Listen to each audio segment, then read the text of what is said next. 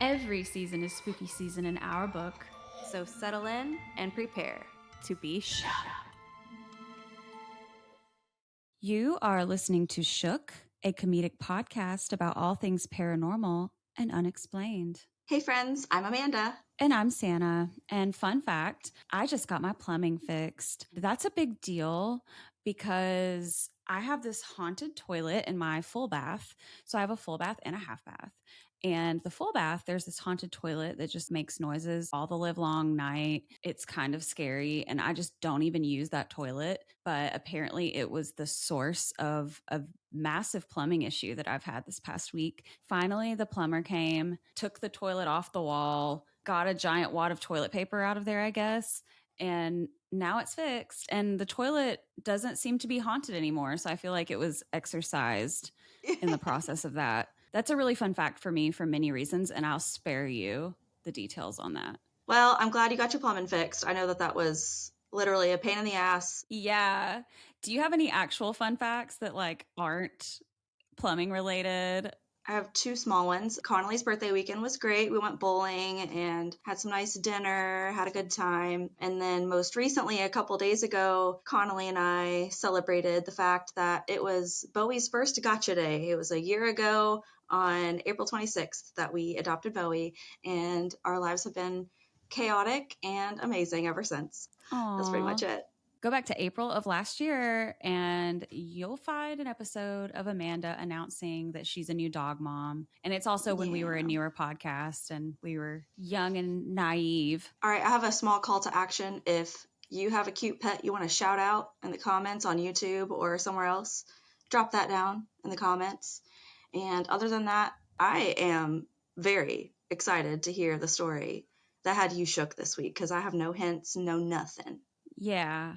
It is kind of crazy. So, the story that had me shook this week is a story that has been covered by many a ghost hunting show. It has been covered by many a podcast. However, I knew nothing about this until the other day on Hinge. So, one thing about me on my Hinge, one of my prompts is, have you had a paranormal or unexplained experience? If so, what is it? And yes, that's me mining for shook stories in my Hinge profile, but like, whatever. You do what you have to do. And also, if I'm going to be on Hinge, make it worth my time. Like, give me a shook story at least. So this guy tried to match with me and he answered my prompt and said something about wanting to go to the Villisca Axe Murder House in Yes! Villisca, Iowa. And he said he really wanted to go really bad and he wanted someone to go with him. And I, of course, got really excited about learning more about the Axe Murder House, but immediately did not want to match with him because it made me scared. What if he's an axe murderer? And so I did not match with him, but I did steal his idea for this episode. So thank you for that. And I forgot his name, or else I would thank him for that with his name. I'm glad Hinge is working out. Yeah, Hinge has only ever given me friends and ideas for episodes. Like, I don't know. It helps me out creatively sometimes, and like at least it's good for that, you know? Yeah. It's not a total waste of my time. The affluent Moore family of Villisca, Iowa, consisted of parents Josiah B. and Sarah, plus their 4 children, Herman Montgomery, who was 11, Mary Catherine, who was 10, Arthur Boyd, 7, and Paul Vernon, who was 5. The family was generally well liked in the community. On June 9th, 1912, daughter Mary Catherine Moore had invited her 2 friends, Ina May, 8, and Lena Gertrude Stillinger, who was 12, over for a sleepover. That evening, the 2 guests and the Moore family attended the Presbyterian Church to enjoy the Children's Day program that Sarah Moore had put together. The program ended at 9:30 p.m., and the Moore family, with their guests, walked back to the Moore home. At 7 a.m. the next day, their neighbor, Mary Peckham, noticed that no one had come outside to tend to their chickens, as she must have been used to seeing. She went over and knocked on the Moores' door.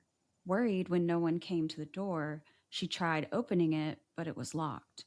She let their chickens out and called Josiah's brother Ross to come investigate. Ross tried knocking and shouting for someone to come to the door, then finally used his copy of the house key to unlock the front door. Mary Peckham stayed on the front porch while Ross Moore entered the parlor.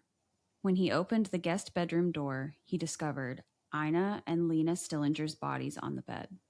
Ross had Mary Peckham call Villisca's primary peace officer, Henry Hank Horton, and he arrived on the scene quickly. Horton searched the house and found that the entire Moore family and their young guests had all been bludgeoned to death by a single axe that belonged to Josiah and was left in the guest room where the two Stillinger girls were found.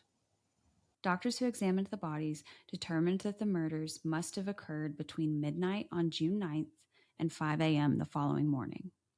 It has been alleged that 2 cigarette butts were found in the attic, suggesting that someone had been up there waiting for the right moment to strike. However, according to sources at the official tour of the home, that did not happen, so we're not really sure about that. The killer or killers started in the master bedroom, killing Josiah and Sarah Moore first. Josiah was found in worst condition of all, as he had seemingly received several blows from the axe to the point where his eyes were severed from his skull. The ceiling in the master bedroom had a gouge mark that was attributed to the killer raising the axe and nicking the ceiling before striking. I believe that mark is still there in the house. The killer used the blade of the axe to kill Sarah and used the blunt end on the rest of the victims. Herman, Mary Catherine, Arthur, and Paul were killed next. After bludgeoning the Moore children, the killer returned to the master bedroom to add additional blows to Sarah and Josiah, who may or may not have already been dead at that point. In doing so, they knocked over a shoe that had been filled with blood. They next went downstairs to the guest bedroom to kill Ina and Lena.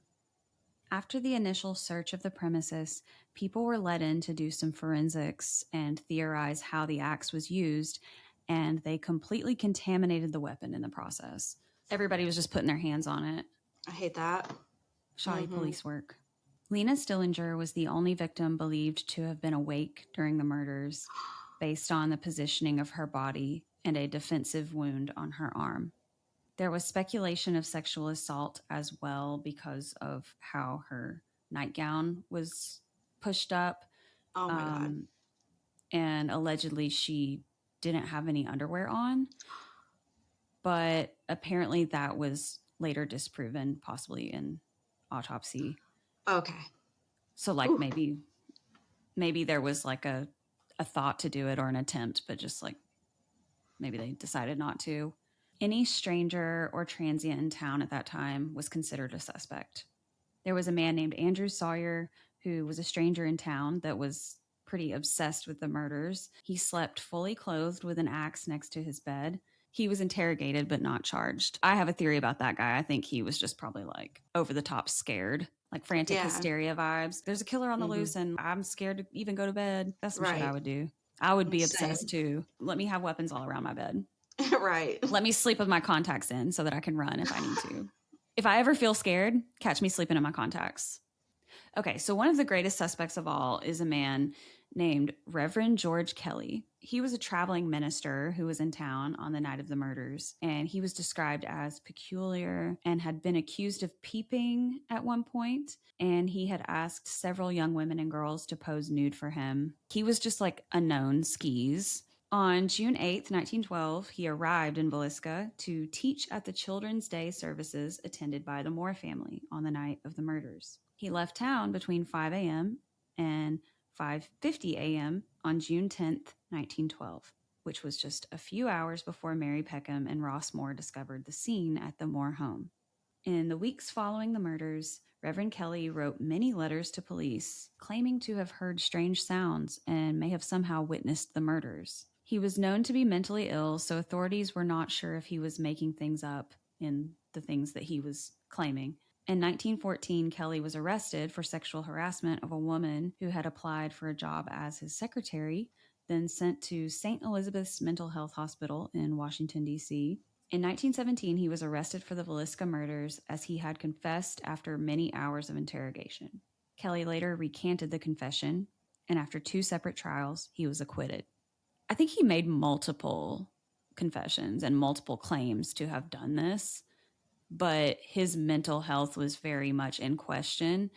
I don't Yeah. know what he had to gain to make it up, but they seemed to think that he couldn't have done it. I don't know. So there are some other suspects too. There was this Iowa state senator named Frank Jones that had some business competition with Josiah Moore. So he was thought to be a suspect, and the theory is that he hired a man named William Blackie Mansfield to do this. That theory really doesn't hold up that much, although William Blackie Mansfield is a suspect of other axe murders that have happened in Kansas and Colorado Springs and other places. And so they kind of considered him as a possible suspect for this, and they sort of tied in Frank Jones just because he had a history of being frenemies with Josiah. But yeah, this is another thing that didn't really go anywhere. Sam Moyer, Josiah Moore's brother in law, was even considered a suspect because he had threatened to kill him a few times. Oh my God.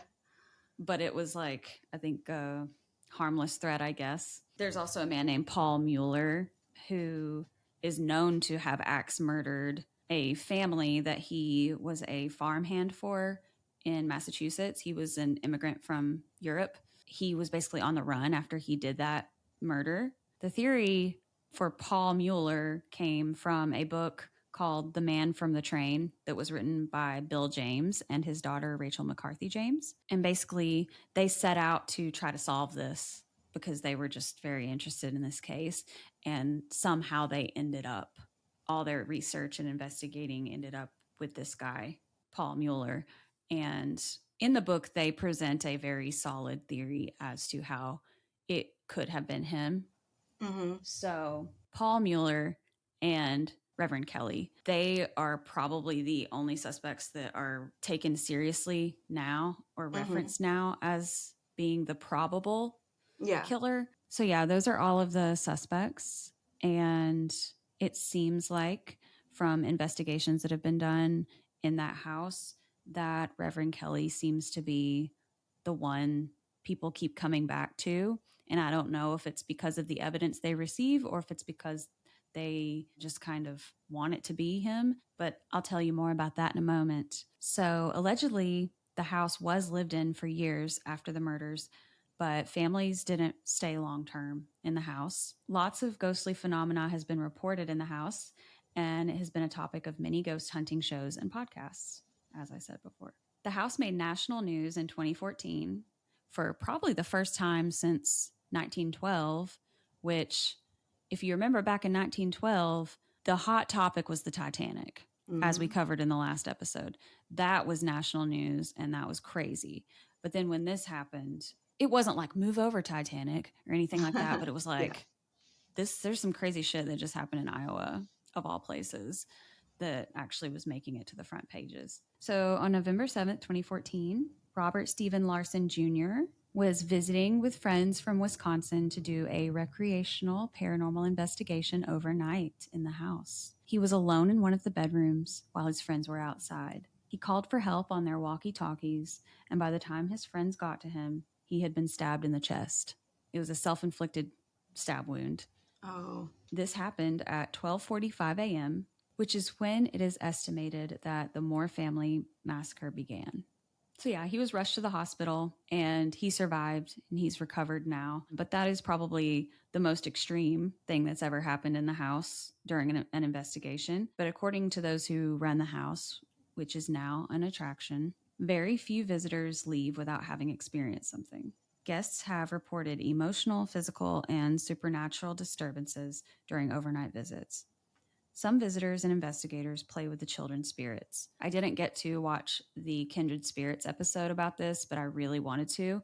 And I can only assume that they did a lot of interacting with the kids, because Amy Bruni always brings out the kid-friendly ghost equipment.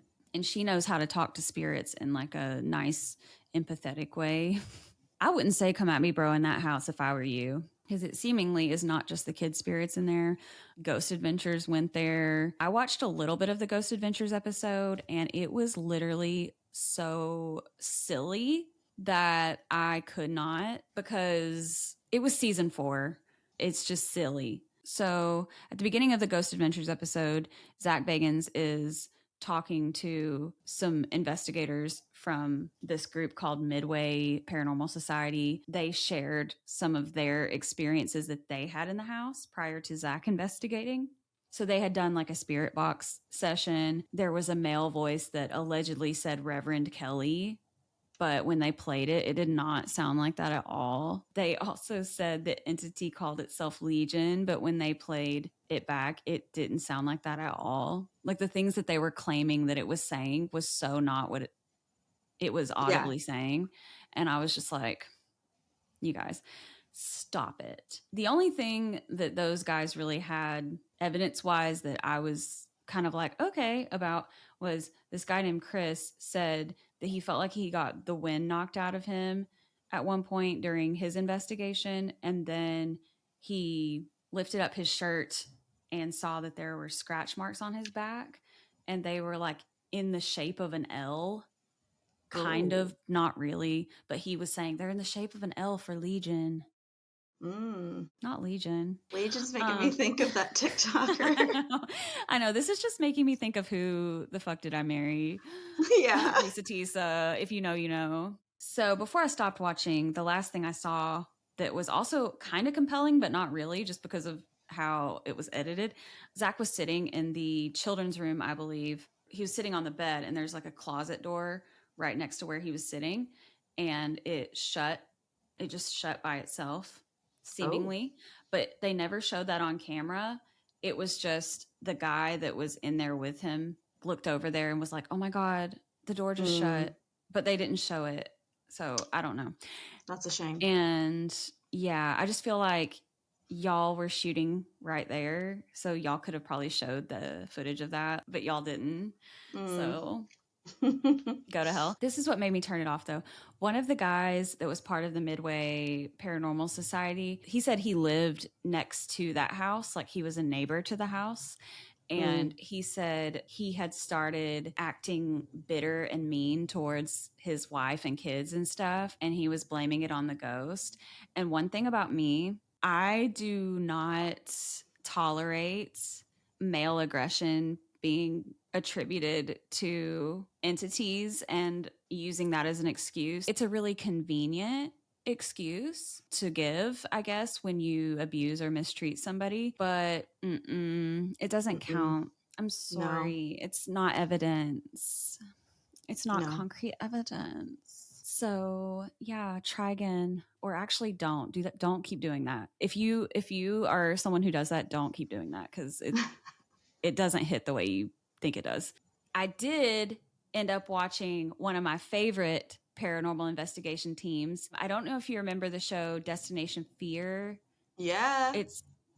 I love them. They're like such a like good group. I like their chemistry because it's like a brother and sister and friends, and they're like just besties, and it's very wholesome ghost hunting vibes.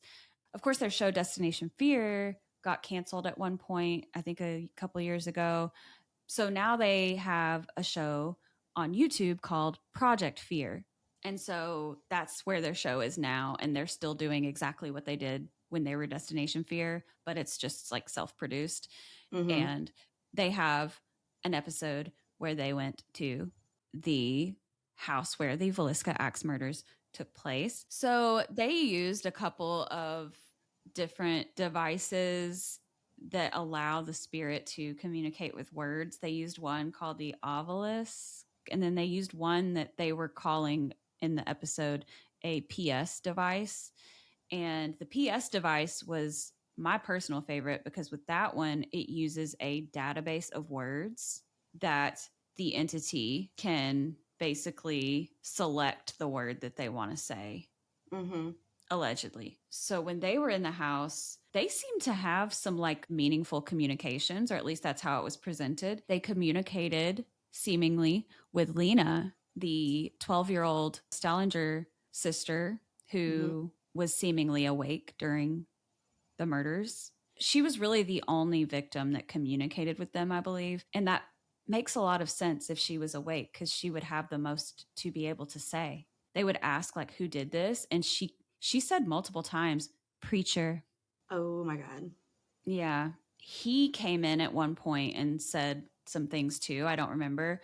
But there was a whole lot of preacher identification going on. Also, I think in the Ghost Adventures episode, they ended up getting a lot of preacher evidence. So it seems like it's being attributed to the preacher from the paranormal investigations. Obviously, we can't say for sure who did this. I mean, he did confess, even though he was mentally unstable, he did confess. I would be really curious if they have any like transcription of that confession somewhere. Yeah. But yeah, I kind of want to go there and spend the night, even though I'm kind of afraid because the guy stabbed himself. Yeah. I fear that I might be susceptible to that type of shit. But if you've got $450 to burn, you can spend the night at the Villisca Axe Murder House. And I just want to say right now that I don't like that it's called Villisca Axe Murder House. And I don't like the way the font is on the sign. Yeah, the font is like blood dripping and it's just not very Mm-mm. tasteful in my opinion. No. And this is a place where an entire family was killed. And yeah, I just think let's remember that. Okay. Yeah. Thanks. Basically, I hope all of their souls are at peace. I hate that Lena is still out here getting called to talk to people constantly, but maybe she's sticking around just to like try to tell people who did this. Right. If she's able to come through. Justice. She's Yeah. seeking justice. Dare I say she's got an axe to grind.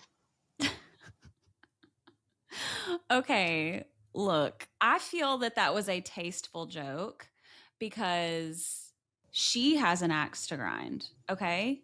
Yeah. And yeah, honestly, love it. Anyways, I reckon we got to get going with what story had you shook? Okay.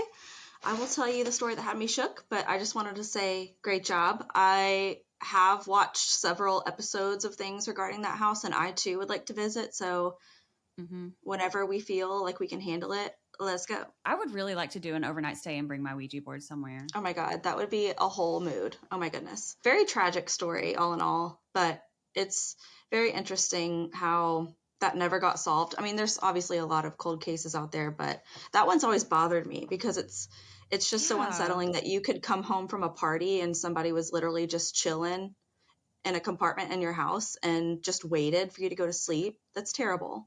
And Awful. coming home from church of all places, kids trying to have a sleepover. They were having the most wholesome day. And Mhm. then, yeah, piece of shit. I Whoever did hate this. it. Yeah, it's awful. So, the story that had me shook this week. I've got another cryptid friend for you. It was about time. We're due for a cryptid. And that friend is, without further ado, El Chupacabra. Hell yeah. I remember seeing this episode on Unsolved Mysteries. I remember my mom and dad had it on downstairs in the living room. And there's a particular scene where you see the Chupacabra and he's got these bright red eyes and like all these spikes. And I was just, like out of my mind. I remember I ran upstairs, shut my door, but I couldn't go to sleep. I was so scared. And it stuck with me. And obviously, it's one of the more well known cryptids, but I'm going to tell you about him. El Chupacabra is a mysterious, elusive creature that was first spotted in Puerto Rico in 1995 and has since been seen in various other locations, like the United States of America, primarily in the Southwest, Mexico, Costa Rica, El Salvador, etc. The cryptid's name translates to goat sucker. And that's because when it comes to supreme cuisine for the chupacabra, the goat is, well, the goat, the greatest of all time. The first reports of El Chupacabra in Puerto Rico described the creature to be a dark, hairy, bipedal creature with bright, glowing red eyes, a spiky crest on its head, and 3 fingers in each clawed hand. Oh, and let's not forget about the razor sharp fangs. It's kind of sorta to me like an alien had a baby with a kangaroo or something, and maybe a few other creatures because it's just super goofy looking. In future reports of El Chupacabra sightings in the United States, there is a stark difference in how it's described. Most reports say that this bloodthirsty killer walks on all 4s and looks more like a canine, perhaps a coyote with mange or some other sort of condition, I guess, that would cause it to be hairless. For whatever reason, the 2 very different physical descriptions are accepted to be of the same vampire-like creature. Although the two descriptions vary significantly, the one thing that these creatures have in common is their MO. These things love chowing down on the blood of livestock. Of course, the goat, sheep, cows, chickens, rabbits, and other mammals. Dozens of reports paint the same kind of picture. Animals are found with 2 puncture wounds on their neck, and their bodies are seemingly completely drained of their blood. So in my research, I absolutely had to go back and rewatch that episode that had me so shook when I was a kid on Unsolved Mysteries. It's season 8, episode 12, if you want to go see it. Puerto Rico witness Eliezer Rivera described his Chupacabra sighting, stating, "When it moved, I could see it had something here on its head. It was like a crest, but it moved and made a noise." And then he makes a buzzing sound, like bzzz. Another witness in Puerto Rico named Luis Guadalupe said, "When I saw him stick out his pointed tongue, and when he held his claws and crouched for an attack, I thought I was the next victim." Thankfully, he was not. And then there's a woman named Madeline Tolentino, and she describes her encounter as follows. She says, "I felt like he was watching me because of certain movements made by its eyes. I could see 3 fingers on each hand, and on each hand, very long claws." A Puerto Rico resident named David Negron went over to check on his livestock one night when, to his horror, he discovered that one of his goats was on the ground, deceased. And then he noticed that something was lurking in the bush. He described the creature like this. He says, "It was black and hairy. It had large red eyes and a crest on top of its head. When I saw it, I felt scared and I began to run. I had never seen anything like that, and I've never been that scared before." Now, just hours after David's sighting, investigators from Puerto Rico's Southern Defense came to David's property to examine the scene. During the examination of the dead goat, the only injury to the animal that they could find was a set of 2 puncture wounds on the back of its neck. Upon further inspection, of course, it was discovered that the goat's body was drained of all its blood. Over the course of a few months thereafter, dozens more reports of dead, blood-drained livestock were circulating all over the local news. It was noted that the highest concentration of these attacks occurred in Canovanas, east of San Juan, the capital. A local journalist named Jorge Martin looked into these cases further and began to notice patterns in the various reports of this vampiric creature. He stated, "In many occasions, there are puncture wounds that are about, I would say, maybe a 1/4 to a 1/2 of an inch in size, perfect circles. These puncture wounds go into the animal, and on most occasions, we have found that they seem to go right into the brain of the animals and kill the animals." So crazy. Jorge goes on to explain that there are sometimes other puncture wounds around the body, as if the predator is looking for particular organs, including the liver and reproductive organs even. Not only was Jorge invested in discovering the truth, but so was Canovanas Mayor Jose Soto. In October of 1995, Mayor Soto became heavily involved in the investigation. He states, "I began to take an interest in the matter when I visited a farm where 5 sheep had been killed. I saw 2 wounds on the neck, and on some a 3rd mark. It attacks various animals, but mostly sheep and rabbits because they cannot defend themselves easily. There have been more than 100 animals killed. We're talking about 70 or 80 attacks. At the moment, we have some hysteria and some real problems, and some fear. I'm determined to resolve this matter." Of course, in all the craziness going on, there were still some skeptics out there. One skeptic was a homicide detective named Eliezer Rivera, who I mentioned earlier, if you remember. He said he didn't believe until, of course, he had his own sighting. He said, "I saw something strange on the roadside. I thought it was a puppet, but as I watched and observed the puppet, it began to move, and I thought, what is this? It had long eyes that were illuminated and had fangs. It was hairy, and it had 3 fingers with claws. When I opened the car door, the animal stuck out a long spike from its mouth. I interpreted this spike as a defense mechanism, so I sat back. I closed the door and kept watching. In that moment, I was scared. I tell you sincerely, what I saw was not of this world." A veterinarian named Dr. Carlos Soto performed a necropsy on some of the rabbits that looked to be victims of El Chupacabra. In addition to the absence of blood in the rabbits, he also noted that rigor mortis never set in, leaving the rabbits very malleable, and they had some organs missing as well. So they're just kind of you see video of this, and these rabbits are just kind of flopping around on the table when moved. They're not stiff like you would expect, and some of their organs were gone. Dr. Soto stated that in all of the years of his practice, he had never seen anything like this. Later, in Miami, Florida, 2 goats and 26 chickens were found in an eerily similar state to the animals found in Puerto Rico. Over in Texas, there were more and more sightings of El Chupacabra, and one woman in Cueros, Texas, believes that she has proof. Dr. Frances Canyon was driving along one day when she saw a creature resembling what many others have spotted: 4 legs, kind of dog-like, and no fur. Later on, some friends that she had told about the incident let her know that a very similar creature was lying dead on the road in front of her house.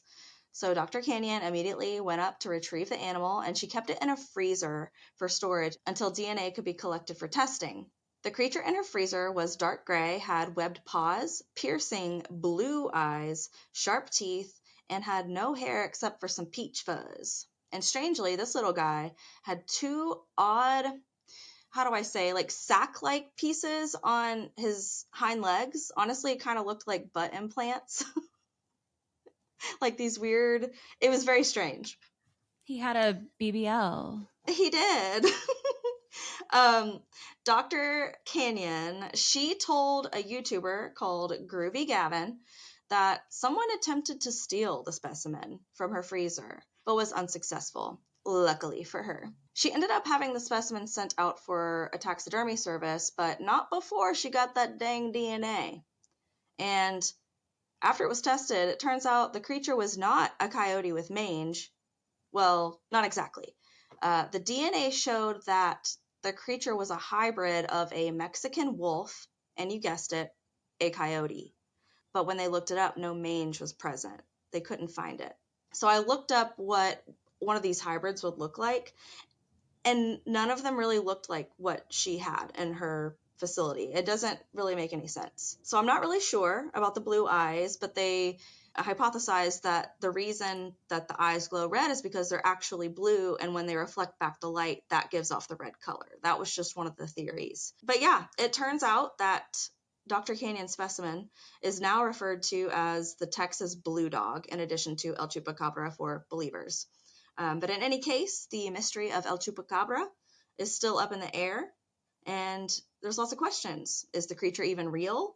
Are the victims actually drained of their blood, or is it just lividity, which is when the blood is no longer circulating in the corpse and it settles to the bottom, wherever gravity may pull it, therefore giving the impression that there's no blood in the animal? Who knows? There's no way to know. I don't know. What do you think? Do you believe in El Chupacabra? I don't know if I believe that it's real. I don't really believe in any cryptids, actually. Yeah, there's a lot of controversy around most cryptids, I'd say. El Chupacabra, it just really gets me that there's physical evidence of animals allegedly being drained of blood, but what's doing it? I don't understand. Like, you could say maybe it's bats or something, but do the size of the holes, does that match up? I don't know. It's very, I don't know. I don't know how I feel about the Chupacabra. I don't know if he's real. I would like the Chupacabra to be real because then that would allow me to believe that vampires are real Yeah. or that vampires could be real. And I would love Mhm. for vampires to be real. So, yeah, I'm open to the Chupacabra being real. Bring me some facts. I don't know. Well, ultimately, the way I see it, it sucks if he exists, and it sucks if he doesn't. Yeah, that's true. It does. It does kind of suck, It literally. sucks, literally. But yeah, that's my story. I tried to keep it short and sweet for you, since most people, I feel like, have already heard about Chupacabra. It was just like the elephant in the room. It was the wolf hybrid in the room that I had to address at some point. Mm-hmm. But yeah, I'm really glad that you covered the Villisca Axe Murder House, even though we hate that it's called that. Because I actually just Yeah. recently watched that episode of Ghost Adventures for the first time in a long time, and I was like, ooh. And I actually put it on my list for later, but now I don't have to do it. God, it was so funny like watching the intro of that episode and the edits they did with the axe. I was like, y'all are so unserious. They did a bunch of edits of each of them holding an axe, like posing with an axe. I was like, what are y'all doing? Yeah. I remember thinking, what in the world are they doing with this? I was cracking up. That being said, based on just how hilarious that was and so unserious, I want to go back and watch old Ghost Adventures because the editing is iconic. Oh, yeah. I just couldn't believe my eyes. One thing about Ghost Adventures, whether you believe in the paranormal or not, or if you are a fan in general, it doesn't really matter because it is, if you have to be honest, it's good entertainment. It's You'll at, entertaining at the end of the day. you'll at For least sure. laugh. I laughed when that guy blamed his mean attitude on the entity in the house. Yeah, not this cop out. I was like, not again. The only excuse anybody has to be kind of bitchy or mean is if their blood sugar's low. Amen. I reckon that's our show. That's a wrap. Okay, thanks for listening. And until next time, stay shook. Thank you so much for tuning into Shook. New episodes of Shook drop every other Wednesday on YouTube, Apple Podcasts, Spotify, or wherever you love to listen to your favorite podcasts. For more information on today's episode, please check out our show notes. And until next time, stay shook. Do you have a personal paranormal encounter you'd like to share with us? If so, visit our website, shookpodcast.com, and fill out our contact form. Or send us an email at shookparanormalpod@gmail.com. And one last thing, friends, Shook is a 100% independently produced podcast. So please consider supporting our show by either leaving a review or contributing to our Patreon page. You can find that at patreon.com/shookpodcast.